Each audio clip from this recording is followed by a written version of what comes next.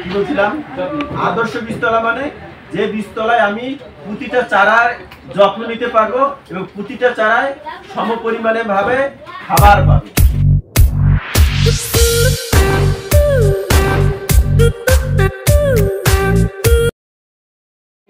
এই জায়গাতে যদি আমরা সবাই ঘন করে বসি আর ওইখান থেকে একজন মানুষ এইখানে খাবার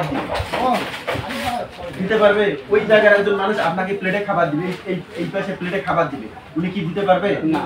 তখন কি করতে হবে, ওনাকে ডিঙ্গের ভিতরে ঢুকে আপনাকে খাবার দিতে হবে। গাছের ক্ষেত্রে তো খাবার লাগবে। আমরা আদর্শ বীজতলা বলি যে লম্বায় কম বেশি হবে, প্রস্থ কতটুকু হবে? 2 হাত 3 ফিট। আমরা হিসাব করবো এইভাবে। আমরা মনে করি কৃষক মানুষ, আমরা জানি না ফিট টিট হিসাব নাই, মানে আমি এই পাশে হাত দিলাম এইখানে বসে, এটা যদি বীজতলা হয় আমি বসে এইভাবে কতটুকু আমার হাতটা গেল এই পর্যন্ত, তাহলে আমাকে চিন্তা করতে হবে যে এইটা হবে আমার বীজতলার মাঝামাঝি, এই পাশে এসে আমাকে এই পর্যন্ত হাত হবে, তাহলে আমার এইখান থেকে এই পর্যন্ত আমার হবে বীজতলা প্রস্থ 1 ফিট 2 ফিট 3 ফিট 4 ফিট 3 ফিটের মতো হবে। ঠিক আছে, কেন আমরা হাত দিয়ে হিসাব করলাম? মানে আমি লম্বা হবে আমার, আমি যাতে এই পাশে গিয়ে পরিচর্যা করবো অর্ধেকের, ওই পাশে গিয়ে পরিচর্যা করবো। কি পরিচর্যা করবো? বীজতলায় আমার প্রচুর আগাছা হবে, হতে পারে বীজতলায় পোকামাকড় ধরতে পারে, সেগুলো আমাকে কি হাত দিয়ে তুলতে হবে। এখন আমি যদি ধানের জমির মতো বীজতলা যদি একটু পা দিয়ে যায়, তাহলে আমার একটা পায়ের নিচে কয়টা চারা মারা যাবে? অনেক চারা মারা যাবে। এই চারাগুলো উঠে আসতে বীজতলা শেষ হয়ে যাবে। এই জন্য আদর্শ বীজতলার হচ্ছে আমার লম্বায় কম বেশি হতে পারে, আপনি এটা 10 ফিট 15 ফিট করতে পারেন, কিন্তু প্রস্থে আমার 2 হাতের সমান। ঠিক আছে, এটা হচ্ছে আদর্শ বীজতলা। এরপরে এই একটা বীজতলাতে আমার বীজতলা হবে না, আমার জমি হবে, তাহলে আরো তো করতে হবে। এরকম পাশে আমার আরেকটা বীজতলা করার জন্য মাঝে আমাকে এই মনে করেন আধা ফিট বা 1 ফিট একটা নালা রাখতে হবে। নালা কেন? ওই দিক দিয়ে আমি হাঁটাহাঁটি করবো। দ্বিতীয়, বৃষ্টি হয়েছে, এখন আমার পানি বের করে দেওয়া লাগবে না, ওই নালা দিয়ে যাতে আমার পানিটা চলে যায়। ঠিক আছে, আচ্ছা, তাহলে আমার যত্ন নেওয়া নালা করা হইল। এখন বীজতলাটা আমি কোন দিক দিয়ে করবো? উত্তর দক্ষিণ করবো না পূর্ব পশ্চিম করবো? আপনাদের কি মতামত? উত্তর দক্ষিণ মানে এদিকে। কেন পূর্ব পশ্চিম করলে আমার কি অসুবিধা? আচ্ছা, মৌসুমী বায়ু আসে, আর কি? রোদ। কেন পূর্ব পশ্চিমে কোনো রোদ আসবে না? হ্যাঁ, উত্তর দক্ষিণে, এটা উত্তর দক্ষিণ। তাহলে আমি কি আমার বাতাসগুলো সুন্দরভাবে যাচ্ছে বা আলো রোদ পড়তেছে সবগুলোতে। ঠিক আছে, তাহলে উত্তর দক্ষিণে আমি করতে পারি। আর যদি আমার দেখা যায় যে না, আমার উত্তর দক্ষিণে জমি যত্নগুলো নিতে পারতেছি ভালো করে, এখন আপনাকে বীজতলা একটু পাতলা করে ফেলতে হবে। আমরা অনেক সময় বীজতলা করি খুব ঘন করে ফেলি, একটু পারতপক্ষে পাতলা করে ফেলতে হবে। আর বীজতলায় ফেলার আগে বীজ কিভাবে জাগ দিতে হয় এগুলো কি আলোচনা হয়েছে? না স্যার। আচ্ছা, আমরা সাধারণত বাসায় যে মানে জমিতে যে বীজতলায় বীজ ফেলি, এই বীজগুলো কোথা থেকে পাই? হয়তো আমার বাসায় বীজ সংরক্ষণ করা আছে, সেই বীজ থেকে বীজ রাখি, অথবা কৃষি অফিস থেকে মাঝে মাঝে বীজ দেয়, প্রণোদনা, সরকারি প্রদর্শনী, এগুলোতে পাই। আবার অনেক সময় বাজার থেকে নিয়ে আসি। বাজার বা যে কোনো ভাবে বীজ নিয়ে আসার পর আমরা প্রথমে কি করি? প্রথম কাজ হবে আমাকে প্যাকেট কেটে বা ড্রাম থেকে ঢেলে হালকা করে বীজগুলো একটু হালকা রোদে দেওয়া। কি রোদে দেওয়া? হালকা রোদে দেওয়া। আপনি যখনই বীজ শুকাবেন, এই যে এইখানে আপারা আছেন, আপনারা তো ধান শুকান, যেদিন খুব রোদ ওঠে সেদিন তো আপনার ধান শুকাইতে মজা লাগে না যে আপনার একদিনে শুকা হয়ে গেল, কাজ আপনার পরিশ্রম কম হইল। কিন্তু ওই দিন যদি বীজ শুকান, বীজের ক্ষতি হবে। কড়া রোদে বীজ শুকানো যাবে না। কড়া রোদে বীজ শুকাইলে হবে কি? আপনি চিন্তা করেন, এই কড়া রোদে যদি খালি পায়ে হাঁটেন কেমন লাগবে? পা পুড়ে যাবে, তাই না? আর যদি বীজ শুকান, বীজটা হবে কি দেখা যাবে ভালো আছে, কালার সুন্দর হয়েছে, কিন্তু বীজের ভিতরে কি আছে? জীবন আছে না? ওই জীবনটা মারা যাবে। তখন আপনি যখন বীজতলায় ফেলবেন, দেখবেন যে গাছ তো গজাচ্ছে না সহজে, হয়তো বা আপনি কড়া রোদে শুকে বীজটা মেরে ফেলছেন। তাহলে প্যাকেট কাটার পরে, ড্রাম থেকে বীজ ঢালার পরে হালকা রোদে আমি বীজ শুকাবো। যদি কড়া রোদ ওঠে তাহলে আপনি যে ছায়ার মধ্যে বীজটা শুকান, ঠিক আছে না? আধা ঘন্টা 1 ঘন্টা বীজ শুকানোর পরে বীজটাকে একটু বাছাই করতে হবে। আপনি যত ভালো করে বীজ রাখেন না কেন, তারপরে দেখবেন যে বীজ কিছু আছে, কিছু মরা বীজ, কিছু ফুটি পোকা ধরছে, কিছু ইট পাথরে পাওয়া যায় কিনা। যত ভালো বীজ কেনেন না কেন, এই বীজগুলোকে আমাকে বাছাই করে ফেলতে হবে। আবার আপনি সবগুলো বীজের মধ্যে প্যাকেট কাটছেন, দেখবেন যে ওর মধ্যেও অন্য জাতের বীজ পাওয়া যায়, খালি চোখে দেখা যায়, কিন্তু ওইটা আপনি সরাই ফেললেন, তাহলে আপনার বীজা তো বাছাই হলো, আপনার কি বলে অন্য মরা বীজও বাছাই হইলো, ইট বাছাই হইলো। ভালো বীজটা আপনি এরপরে সন্ধ্যার সময় আপনি ভিজাই করবেন। এখন ভিজানোর আগে আমরা আরেকটা কাজ করব, বীজ শোধন করব। বীজ শোধন কি আপনারা বুঝেন? বীজ শোধন কি মানে, বীজটা ভিজানোর আগে আমি আধা ঘন্টা কোনো ছত্রাকনাশকে ভিজাই রাখি। আপনি একটা ছত্রাকনাশক 1 ml বা 1 গ্রাম বা 2 ml বা 2 গ্রাম ছত্রাকনাশক 10 লিটার পানিতে দিয়ে আপনি বল যে আপনাদের ড্রাম ইয়েগুলো গামলাগুলো আছে না, 1 ml 1 লিটারে দিলে যতটুকু পানি লাগে ওইটুকু দিয়ে আপনি আপনার বীজটা আধা ঘন্টা ভিজাই রাখবেন। ভিজাই রাখার পরে ওই বীজটা তুলে কিছুক্ষণ পরে আপনি বীজটা আমরা যে 24 ঘন্টা যে ভিজাই রাখি ওই ভিজাই রাখবেন। এটা হচ্ছে বীজ শোধন। বীজ শোধন করলে কি লাভ হবে? রোগ বালাই তো নাই, আমরা টিকা দিই না বাচ্চাদের, টিকা দিই না রোগ যাতে না আসে। আর ধানের বীজের ক্ষেত্রে বীজের গায়েও অনেক রোগ থেকে যায়, মনে করেন আপনি বীজ গায়ে বীজ রোগ আছে, এটা বীজতলায় ফেলে রোগটা দেখা দেবে। অথবা আপনি বীজের গায়ে রোগ নাই, বীজতলায় ফেলছেন, দেখবেন যে বীজতলার মাটিতে কিছু রোগ থাকে, ওই রোগগুলা ওই বীজতলা আপনার চারার মধ্যে ধরে ফেলছে। তাহলে আমার বীজ শোধন করলে রোগ পোকামাকড় কমে যাবে না। তাহলে আমরা বীজ শোধন করব, তারপর আমরা মানে 12 ঘন্টা কতক্ষণ বীজ ভিজায় রাখেন? 12 ঘন্টা 24 ঘন্টা বীজ ভিজায় রাখলেন। ভিজানোর পরে আপনি তারপরে তুলে জাগ দিয়ে দেবেন, জাগ দিয়ে দেবেন। এখানে কিছু কথা আছে, বীজ ভিজাবো কি রকম পানিতে বীজ ভিজাবো। এই যে আপনারা চিন্তা করেন, আগে কি আমরা এই মুরব্বী আছেন, বেশি বয়সের মুরব্বী নাই, আপনারা কি এক সময় পুকুরের পানি খাননি? কুয়ার পানি খায়, কুয়ার পানি তো খাইছেন, কুয়ার পানি খাইছেন। এখন কি কুয়ার পানি কেউ খায়? আপনারা কি কুয়ার পানি খাইছেন? যাদের নদী এলাকার সোনাতলা সারিয়া কেন্দ্রের মানুষ নদীর পানি খায়নি, এখনো খায়, ওটা শখের বসে খায়, ইচ্ছা করে খায় না, খায়। তো এখন কি কেউ মানে আপনার যদি বলা হয় যে আপনাকে আজকে আমরা মনে করেন আমাদের ট্রেনিং এ যান না, যদি আপনাদের বলি যে আজকে কিন্তু আপনাদের আমরা পুকুরের পানি খাবো, আপনারা খাবেন? কারণ এখন হচ্ছে সব পাওয়া যায়, সেহেতু একসময় মানুষ পুকুরের পানি খাইছে। তা আপনারা করেন কি, 1 বস্তা ধান নিয়ে গিয়ে ওই পুকুরের মধ্যে ফেলাই দেন। পুকুরের পানি কেন আমরা খাই না? রোগ জীবাণু আছে, এই রোগ জীবাণু কিন্তু আপনার ধানের মধ্যে বীজের মধ্যে ধরতে পারে। হ্যাঁ, পুকুরে আপনি ভিজিয়ে ফেললেন, এই পুকুরের রোগ জীবাণু অবশ্যই ধান যে আপনি ভিজাইছেন ওইটার মধ্যেও ঢুকে যাবে, রোগ জীবাণু হবে।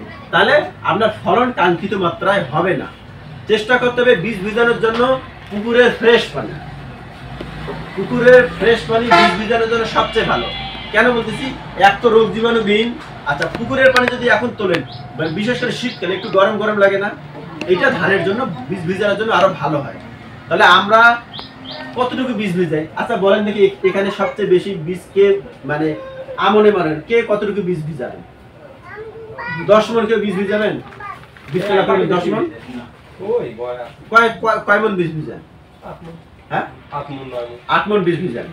তো এই মনে করেন প্রতি মণ একটা বড় বড় যদি ড্রামে আপনি ভিজান, যাবে না? সব পুকুরেই করতে হবে, অনেক লাগে। এটা হবে কি, আমরা যে বলি যে আপনাদের ধান কারো হইলো 16 মণ বিঘাতে, কারো হইলো 26 মণ, কেন কম বেশি হয়? এই যে সিস্টেমগুলো আমরা কম বেশি করি, যার কারণে আমার ফলনটা কম আসে। তা আমরা চেষ্টা করবো পুকুরের পানিতে বীজ ভিজাবো, কিসের পানিতে? টিউবওয়েলের পানিতে বীজ ভিজাবো। তাহলে প্যাকেট কিভাবে কাটবো? রোদ দেবো, একটু ঝাড়াই মারাই করে পরিষ্কার করে বীজাত বাছাই করে আমরা বীজ শোধন করে বীজ ভিজাবো। বীজটা তুলে তারপর আমরা জাগ দেবো। জাগ দেওয়ার পরে আমার যে বীজ গজাবে, বোঝা যাবে তো, তখন আমরা সেটা কোথায় ফেলবো? তার আগে আমাকে বীজতলা রেডি করতে হবে। বীজতলাতে একটু চেষ্টা করা কিছু জৈব সার দেওয়া। কি সার দেওয়া? জৈব সার দেওয়া। আমরা ছোট বাচ্চাকে ভালো খাওয়াই না যে আবার নাকি যে বৃদ্ধ মানুষকে ভালো খাওয়াই? বৃদ্ধ মানুষকে ও ভালো খাওয়াইলে ওর শরীর ভালো হবে না। খাওয়াই আমরা আমাদের বাবা দাদাদেরকে একটু ভালো খাওয়ার চেষ্টা করি। কি খাওয়াই? একটু মিষ্টি খাওয়াই, আর খাইতে পারে, কিন্তু ওই শরীরে লাগবে না। ছোট বাচ্চাকে আমরা একটু ভালো খাওয়াই কেন?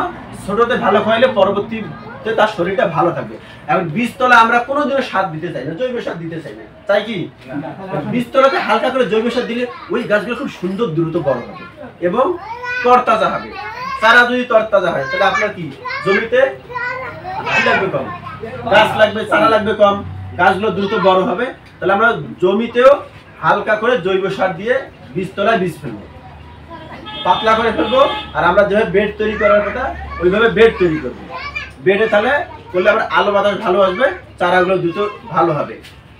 চারা ফেলার পরে যদি আমার সেটা কি বলে বৃষ্টি না হয়, আমাকে হালকা করে পানি দিতে হবে। যদি পানি লাগে এটা তো বুঝবেন, হালকা করে পানি দিতে হবে। আর যদি পানি অতিরিক্ত জমা হয় আমাদের নালা কেটে বের করে দিতে হবে। বীজতলাতে যদি দেখা যায় যে আমার কি বলে রোগ বালাই ধরছে, আমাকে ওখানেও কিন্তু স্প্রে করতে হবে। কারণ এখানে যদি রোগ বালাই আমি দমন না করি, এই রোগ বালাই যুক্ত গাছ যদি জমিতে ফেলি লাগাই, চারার বয়স চারার কালার অনুযায়ী আমাকে হালকা করে সার দিতে হবে যদি লাগে। এরপর চারা যখন বড় হবে এরপর আমি চারা তুলে জমিতে লাগাবো। বীজতলাতেও বীজাত বাছাই করা লাগবে।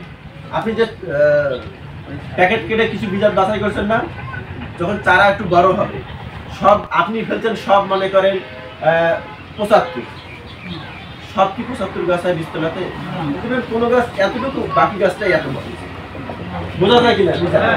আমরা যেহেতু প্রতিদিন হাঁটতেছি, তুলে ফেললে কি হবে? আমার বীজাত বাছাই করলে এই জমি থেকে আমি জমিতে লাগাবো, বীজ সংরক্ষণ করতে পারবো এবং আমার কি হবে? ফসলগুলো ভালো হবে। বীজাতের ইফেক্ট কিভাবে বুঝেন? এবার যে কয়েকদিন আগে যে গত পরশুদিন যে ঝড় হইলো, অনেকের ধান পড়ে গেছে কিনা? পড়ে গেছে। কিছু কিছু গাছ খাড়া হয়ে আছে, দেখছেন কি জমিতে? সব ধান পড়ে গেছে, কিছু কিছু গাছ খাড়া আছে। কেন বলেন তো? ওইটা অন্য জাত, ওইটা পাকি। এখন ওইটা ছেড়ে আপনি ধান কাটতে পারতেছেন। এখন যদি কাটেন এই ধানটা পাবেন না। তাহলে বীজাত থাকলে আপনার কি হবে? ফলন কিন্তু কমে যাচ্ছে। কারণ কোনোটা আপনার 1 সপ্তাহে পাকবে, কোনোটা আরো 1 সপ্তাহ পর পাকবে। এখন ওইটা ধরতে গেলে এই ধান নষ্ট। আপনি কি ওইটা ধরতে যাবেন? কারণ আপনার তো কি বলে ঝড় বাতাসে পড়ে যাচ্ছে। এই জন্য বীজাত বাছাই করা এক বীজ সংরক্ষণের জন্য দরকার। দ্বিতীয় আমার ফলন বেশি হওয়ার জন্য বীজাত বাছাই করতে হবে। তাহলে বীজাত আমি প্যাকেট কাটার পরেও বীজাত বাছাই করবো, বীজতলাতেও বীজাত বাছাই করবো। এরপর মাঠে যখন লাগাবো, মাঠেও আমরা 2-3 বার বাছাই করি।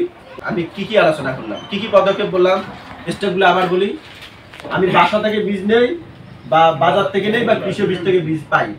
প্যাকেট কাটার পরে হালকা রোদ দেব, ওখানে একটু ঝাড়াই মারাই করে বীজাত বাছাই করব। তারপরে হালকা রোদ দিয়ে আমাকে বীজ শোধন করবো। বীজ শোধনের পর পরিষ্কার পানিতে বীজ ভিজাবো। বীজ তোলার পরে জাগ দেব। জাগ দেওয়ার পরে বীজ গজানোর পরে এর মধ্যে বীজতলা তৈরি হবে। তারপরে আমি বীজ ফেলবো। বীজ ফেলার পরে আমার পানি লাগলে পানি দেব, পানি বের করার দরকার হলে নালা দিয়ে পানি বের করবো। আমার বীজতলাতে সার লাগলে সার দেব, ওষুধ দিতে হলে রোগবালাই দেখলে ওষুধ দেব। আর বীজাত আমি বাছাই করবো। ঠিক আছে? এখন বীজতলা থেকে বীজ মূল জমিতে নেওয়ার সময় কিছু কাজ আছে। আমরা যত গাছ লাগাই, সবচেয়ে অবহেলিত গাছ লাগাই ধানের চারা। ধানের চারা শক্ত না আপনার একটা আম গাছের চারা শক্ত? আম গাছ কি কোনোদিন এভাবে টান দিয়ে তুলে ধাপ করে লাগাই দিচ্ছেন? ধানের চারা কিভাবে তোলা হয়? তুলে আবার ওইদিকে মানে একবারে দূরে ছুড়ে দেওয়া। আবার এতে হয় কি? চারা টিকে যাবে, কোনো সমস্যা নেই, কিন্তু এতে চারাটার কোমর ভেঙে যায়। এই কোমর ভাঙা চারা যখন আমরা মূল জমিতে লাগাই, ওইটা লাগতে আপনার এক্সট্রা 5 থেকে 7 দিন বেশি সময় লাগে। যে চারাটা আস্তে করে তুলে আস্তে করে লাগান, দেখবেন 3 দিন থেকে 4 দিন 5 দিন পরে ওটা কিন্তু সবুজ হয়ে গেছে। আর তুলে কোমর ভেঙে লাগান, ওটা লাগতে 10 থেকে 15 দিন লাগে। ভাঙে না কোমর? কোমর ভাঙলে তো সোজা হইতে সময় লাগে। তাহলে আমার জমি মানে মূল মানে ফুল আসতে বা গাছ বড় হইতে এখানে আমার 7 দিন পিছায় যাচ্ছে, তাহলে আমার কি হচ্ছে, ফলন কমে যাবে না? ফলন কমে যাবে। তাহলে আমরা চেষ্টা করবো, যেহেতু আমাকে হাজার হাজার লাখ লাখ বীজের চারা তুলতে হয়, ধানের চারা, এটা তো এত কি বলে আমি যত্ন নিতে পারবো না। তারপর আমি যখন টাইট করে বাঁধবো, এই টাইট করা যাবে না। যখন আমি আটিটা বাঁধবো একটু একটু লুজ দেবো, আবার আমি তুলে পায়ের মধ্যে ইচ্ছা মতো বাড়ি দেবো না, একটু যতটুকু কম করা যায়, যতটুকু কম করা যায়। আমরা বলতেছি না যে ওইভাবে করতে গেলে আপনার একটা লেবারের জায়গায় 4টা লেবার লাগে, তো আমার 5টা লেবারের জায়গায় 6টা লেবার লাগে, একটা বেশি দেবো, এটার জন্য হয়। যতটুকু আপনার হবে কি, ফলনটা কেন বাড়বে আমার ওই জায়গা বিঘা প্রতি আপনার। আবার যখন আমরা মূল জমিতে লাগাবো, কেউ লাইন করে লাগায় কি, লাইন করে লাগাইতে চায়? আমরা তো সবাই লাইন করে লাগাই। আচ্ছা, লাইন এই তথ্যগুলো যে আপনার লেবার দিয়ে লাগাবে, একটু বুঝাই দিলে কিন্তু তারা করবে। আপনাকে বুঝাইতে হবে, সে 1000 টাকা বেশি যাচ্ছে, তাহলে 500 টাকা বেশি দেন, দিলে হবে কি, আপনি বিঘা প্রতি 5 মণ ধান বেশি পেলে, 5 মণ ধান 500 টাকা দিয়ে যদি 5 মণ ধান বেশি পান, এটা আপনার লাভ হবে না লস? আপনি যদি লাইন করে লাগান, বিঘা প্রতি আপনার 3000 প্লাস গাছ লাগবে, 3000 এর বেশি গাছ লাগবে। 3000 গাছে মানে 3000 গুছি পড়বে, 3000 গোছাতে কতটুকু ধান হবে? নাইলে 3 মণ 5 মণ ধান হবে না? তাই এই ধানটা আপনি কিভাবে বেশি পাবেন? ওই লেবার একটা দুইটা বেশি লাগছে, তাই একটা দুইটা লেবারের দাম যদি আপনার 1000 টাকা হয়, খুব একটা ডিফারেন্স হয় না স্যার, দাম হয়তো একটু বেশি চায়, একটু বেশি চাই, যে আপনি এই 3 মণ থেকে 5 মণ ধান বেশি পেলেন, এটা আপনার কিন্তু বিশাল লাভ। এই লাভটা আপনি এক চিন্তা করেন, এই ধানেরটা আপনার 5 মণ ধান বেশি হলো, 3 মণ ধান বেশি হলো, এর মধ্যে সবার বেশি হয়, অনেক বেশি হয়ে গেল না? একটু আমরা আপনাদের স্কুলের মধ্যে এটাই শেখানোর চেষ্টা করতেছি, যাতে আপনারা এই মাঠে আপনাদের বাস্তবায়ন করতে পারেন। তাহলে আমি যে কার্যক্রমগুলো বললাম, ধারাবাহিকভাবে আমাকে একজন বলতে হবে। কে বলবে সাহেব? নির্ধারণ করে দেন একজনকে। ইসমাইল ভাই একজন বলবে। দাঁড়ান দাঁড়ান, চাচা আসেন। স্কুলে আপনি শিখলেন, আপনি স্কুলে শিখছেন। আসসালামু আলাইকুম। আমরা কিভাবে চারা রোপণ করবো এটা আপনি বললেন, আমরা শুনলাম, এটা আমরা যে চারা মানে বীজ আমাদের বাড়িতে থাকে বা বাজার থেকে আনি, এটা আনার পর আমরা ওই বীজের বস্তাটা খুলে ওখান থেকে ওই ছাড়াই মারাই হালকা রোদে ওরা রোদে দিব না, ওরা রোদে দিলে বীজের ক্ষতি হয়। ওই জন্য আমরা হালকা একটু রোদ দিয়ে ওটাকে বাছাই করবো, মোটামুটি যত সম্ভব বাছাই করে তারপরে যে আমরা ওই পানিতে ভেজাবো। পানিতে ভেজানোর সময় আমরা ওই শোধন করে নিব কোনো ছত্রাকনাশক দিয়ে, এটা শোধন করে নিয়ে তারপর এটা পানিতে আমরা প্রধানত যেভাবে ভিজাই এভাবে ভিজাবো। কিন্তু আমরা এখানে চেষ্টা করবো পুকুরের পানি ব্যবহার না করে টিউবওয়েলের পানি ব্যবহার করবো। তারপর আমরা যে 24 ঘন্টা বা 48 ঘন্টা ভিজাই, ভেজানোর পর এই চারাটা আমরা জাগ দিই। জাগ দেওয়ার পর যখন ওটা ইয়ে বেরোয়, উনি বেরোয়, পরিষ্কার করতে পারি।